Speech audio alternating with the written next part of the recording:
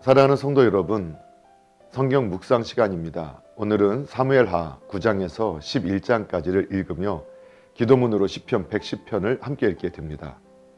사무엘하 내용을 살펴보면 9장에서는 다윗이 사울의 집을 후퇴하는 내용이, 10장에서는 다윗이 아람을 물리치는 내용이, 11장에서는 다윗의 범죄에 관한 내용이 나오게 됩니다. 사무엘하 9장에는 다윗이 요나단을 기억하고 사울의 집에 유족을 찾아 후대하는 내용이 나옵니다. 다윗은 왕정 초기에 고달픈 투쟁을 치러야 했으며 그 결과 그에게는 거의 안식의 기간이 없었습니다. 그러나 다윗은 하나님의 능력으로 결국 온 나라를 평정시켰으며 평화를 정착시켰습니다. 여기서 그는 요나단과 맺은 언약을 회상하고 그의 유일한 유족인 무비보셋을 찾아 적절한 보상을 하게 되었습니다. 이처럼 다윗은 하나님의 신실한 종으로서 뿐만 아니라 인간에 대한 약속을 끝까지 지켜나가는 모범적인 인간상을 우리에게 제시해주고 있습니다. 그렇습니다. 하나님의 은혜와 사랑을 아는 사람들은 인간에 대한 의무 또한 게을리하지 않습니다. 사무엘하 10장은 사무엘하 8장 12절에서 부수적으로 언급된 다윗과 아람과의 투쟁을 상세하게 기록하고 있습니다. 그러나 10장의 사건은 8장의 관점과는 전혀 다른 각도에서 접근하여 기록되었습니다. 즉 10장의 사건은 다윗의 일생에 가장 큰 오점을 남겼던 한 범죄의 드라마가 실행될 수 있었던 배경을 설명하고 있습니다. 우리의 삶에 있어서도 하나님께서 주시는 평안과 기쁨으로 가득 찬 때가 있을 것입니다.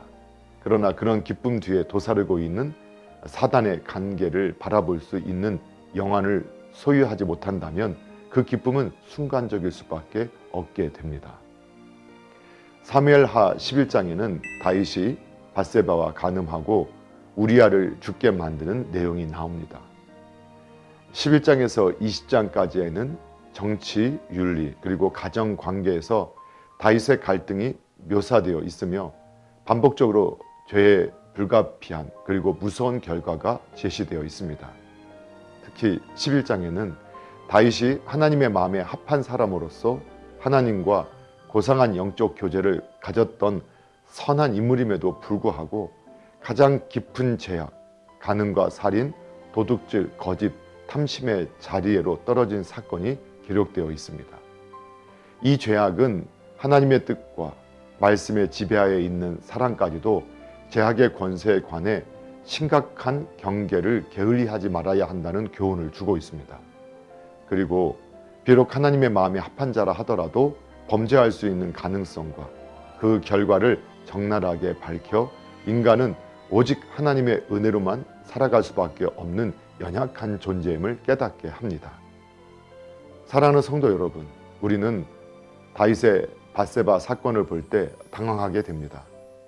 하나님의 마음에 합한 사람이었던 다윗이 그런 일을 했다는 것에 놀라고 그가 그것이 죄인 줄 모르고 있었다는데 또 놀라고 더 나아가 다른 사람의 허물에 대해서는 단호하게 판결하는 모습에 더욱 놀라게 됩니다. 그러면서 이러한 죄의 모습과 본성이 우리의 모습일 수 있음을 깨닫게 됩니다. 오늘도 겸손히 주님의 은혜를 기억하고 주님과 동행하며 주님을 닮아가는 삶이 되기를 예수님의 이름으로 축복합니다. 할렐루야.